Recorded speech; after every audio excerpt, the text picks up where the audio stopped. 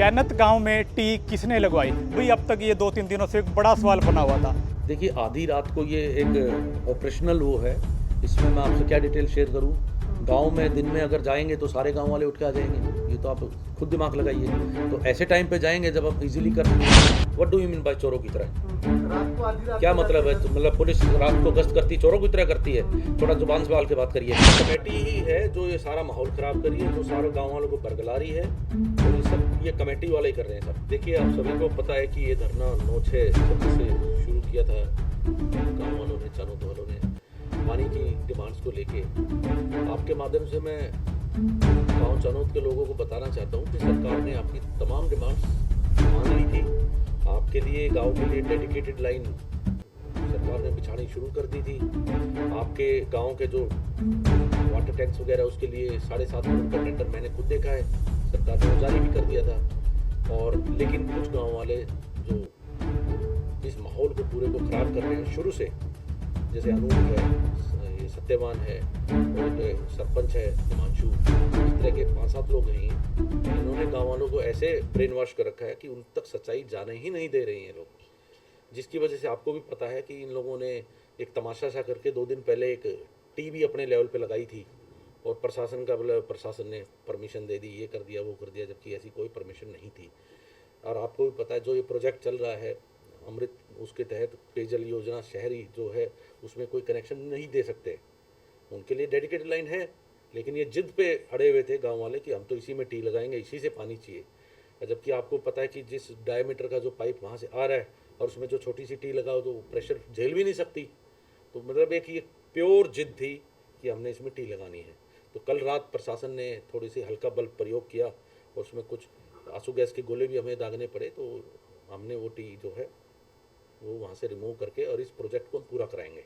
Sir लगभग 5 से 6 घंटे का समय लगा था टी लगाने में, तो क्या प्रशासन की कोई जिम्मेदारी नहीं बनती कि लोगों को अवेयर करके और उस वक्त रोका जाना चाहिए?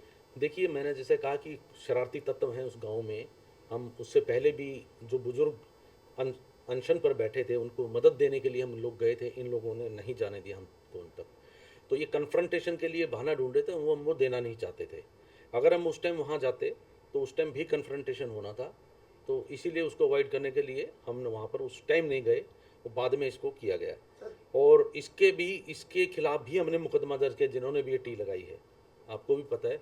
और जो कल रात इन्होंने जो हरकत की है, पुलिस के 2 लोग घायल हुए हैं, आपको पता होगा, एक को तो गंभीर चोट है सर में, जिसके तहत जो मुकदमा नंबर 210 दर्ज किया है under section 109 BNS, 115 BNS, 121 section 1, 127 section 2 BNS, 132 BNS, 190, 192, 23 BNS और 221 BNS, 351 3 BNS, 49 BNS, 61 BNS।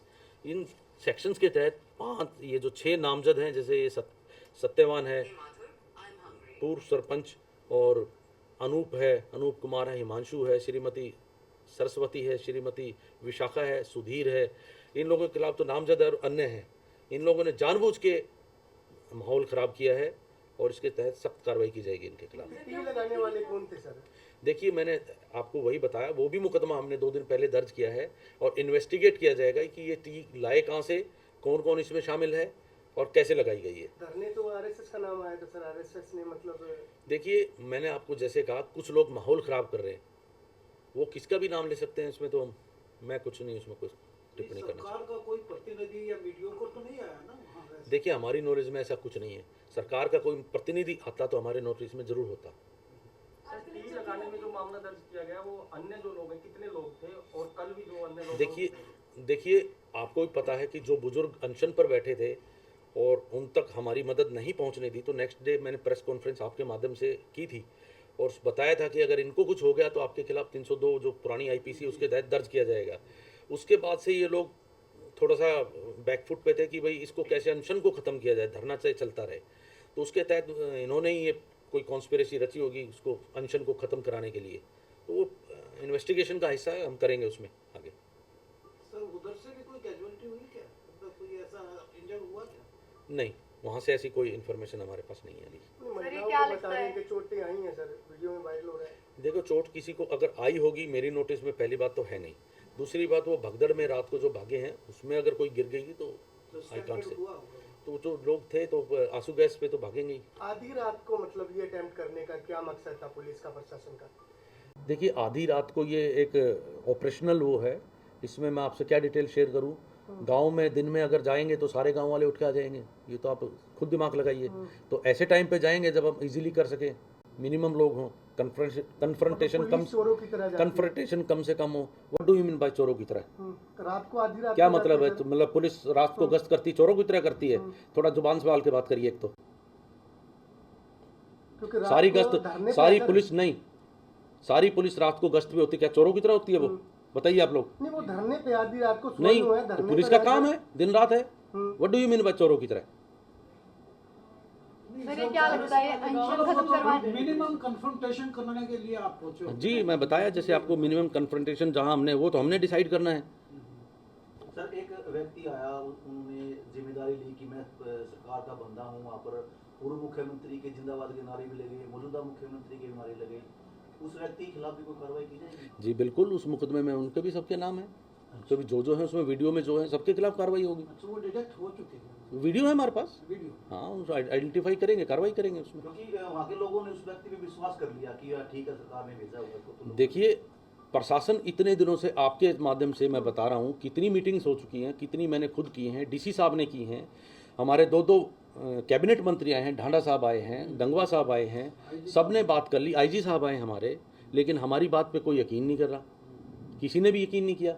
हम बता रहे हैं बार बार कि आपका पानी की समस्या जो है सरकार गंभीर है और समस्या का हल कर रही है और कर दिया है।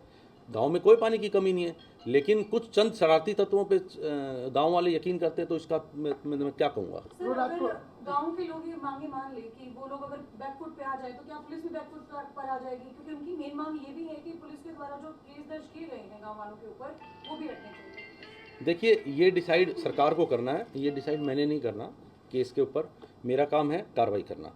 मेरे पास अभी एफआईआर दर्ज है, उस पर मैं कार्रवाई करूँगा। जी तो टी लगाने का सर ये पूरा प्रचंड ये जो कमेटी है इसने रचा है या कोई अन्य और कोई लोग? नहीं, ये कमेटी ही है जो ये सारा माहौल ख़राब कर रही है, जो सारे गांव वालों को बरगला रही है, और ये सब ये कमेटी वाले ही कर रहे हैं सब। यही इंस्टिगेट करते हैं, यही प्रोवोक करते हैं, यही कॉन्स्पिरेटर है। Yes yes yes. सर कल रात में जो पुलिस पे हमला किया उसमें 6 नामजद हैं और अन्य कितने लोग हैं? अन्य तो देखिए आपको पता ही है कि वीडियो है हमारे पास, रात की भी हमने वीडियोग्राफी कराई है, जो उसमें आइडेंटिफाई होंगे सबके खिलाफ कार्रवाई करेंगे हम।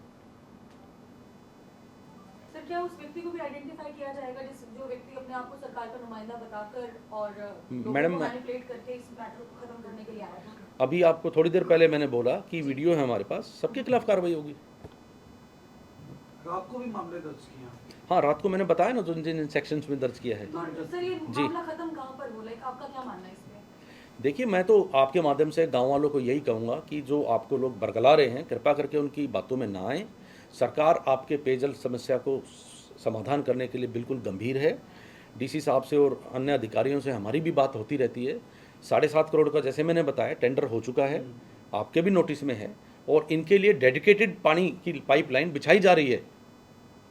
तो गांव में तो पानी की फिलहाल भी समस्या नहीं, आगे भी नहीं रहेगी, तो पानी का तो कोई मसला ही नहीं है। जी हाल फिलहाल में मतलब कोई समस्या नहीं थी चैनक गांव के कोई गांव में आप खुद जाके देख सकते हैं, पानी का वो टैंक भरा हुआ है इनका, कोई समस्या नहीं है पानी की।